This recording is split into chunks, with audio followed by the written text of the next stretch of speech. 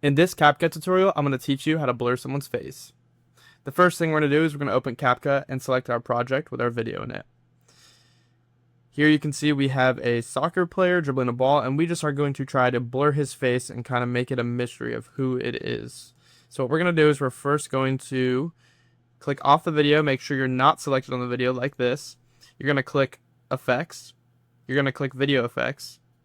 Then you're going to go here and search, and you're going to type blur.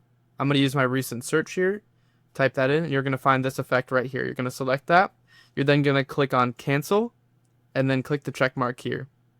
As you can see, now we have a blur on the video, but it doesn't extend to the whole length of the video. So what we're going to do is we're going to click and drag this right handle over here, and we're going to put it all the way to the end of our video. So now the video is fully blurred.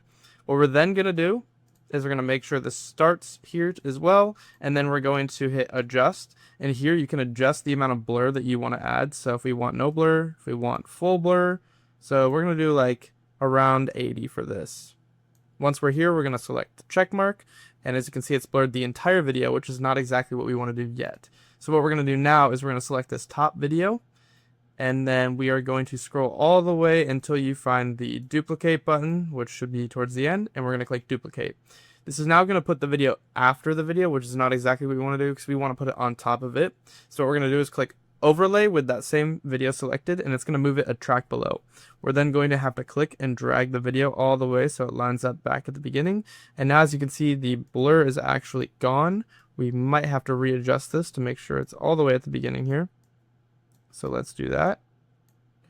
Make sure it's all the way at the beginning. Okay, perfect. And now we're going to see that the blur is completely gone from the video. So what we're going to do is with this new track selected, we are going to scroll down here and we are going to find the mask button. So once we find the mask button, we're going to click that. And then we're going to add a circle mask for the point of the face. So we're going to have a circle, and as you can see, everything outside of the circle is blurred. So what we're going to do is we're simply going to click the invert button at the bottom left, and now it's going to be only the circle is blurred. We're then going to use these arrows to narrow the mask, and we can get it to about the size of this guy's face, and then we can grab the yellow in the middle and click and drag and put it right over his face. So let's do that, move it right there, and as you can see, we blurred his face. If we click the check mark down here, that's going to confirm all those changes. And now if we play this, you'll notice that our blur spot is kind of only blurring a little bit of his face because he's moving in the video. So what we're going to do is we're going to go back to the very beginning of this video. We're then going to go back on this track with mask. We're going to see our mask right here. And what we're going to do is we're going to move it so it's on his face here. Then all we have to do is click this little diamond button next to the undo button, and it's going to add a keyframe.